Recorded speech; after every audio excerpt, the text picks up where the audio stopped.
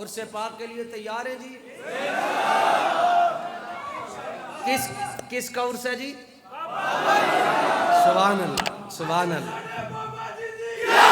سبحان اللہ۔ کیڑے بابا جی؟ بایزید بستامی سے پوچھا گیا جی یہ بابے کون ہوندے ہیں؟ جی میں مرزا جیلمی کہندے میں بابے نو نہیں مندا۔ میں نے کہا بخاری مسلم بابے نے نہیں لکھی، جنہیں بخاری لکھی وہ بھی بابا، جنہیں مسلم لکھی وہ بھی بابا، جنہیں ترمذی لکھی وہ بھی بابا، جنہیں ابن ماجہ لکھی وہ بھی بابا۔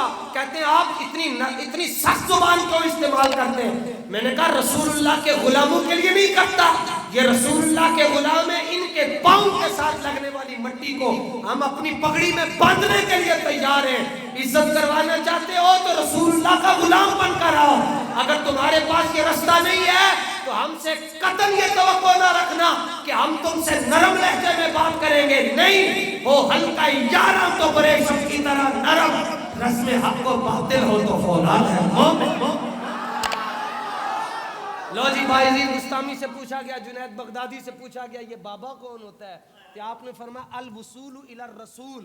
فرمایا پوچھتے ہو بابا کون ہوتا ہے؟ فرمایا بابا اس کو کہتے ہیں جڑا بندے دا ہاتھ پھڑ کے انہوں حضور دے قدموں بٹھا چھڑ جائے،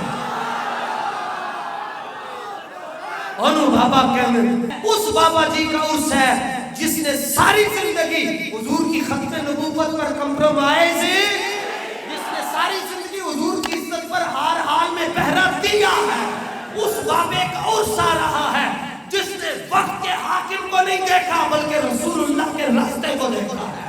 اس بابے کا عرس ہے جس نے ہر حال میں یہ بات خود بھی یاد کی اور اپنے بچوں کو بھی کہا مر جائیں گے مگر ظالم کی حمایت ہے۔ اور ہم نے جانا ہے، بیچ بھی لگا کے جانا ہے، سب نے پہنچنا ہے جی انشاءاللہ۔ کیا ہوگا ادھر؟ میں نے کہا لبیک ہوگی، اور کیا ہوگا؟ اور کیا ہوگا؟ میں نے کہا تمہیں سارا مینیو بتا دیتا ہوں۔ میں نے کہا سب سے بڑا مینیو یہ ہوگا کہ اپنوں کے سینے ٹھنڈے ہوں گے، دشمنوں کے کلیجے چیر کے رکھ دیں گے۔ یہ آپ کو پہلے ہی بتا رہا ہوں، سب کو دعوت دے رہا ہوں جی، سب کو، بابا جی کی طرف سے آپ کو دعوت دے رہا ہوں۔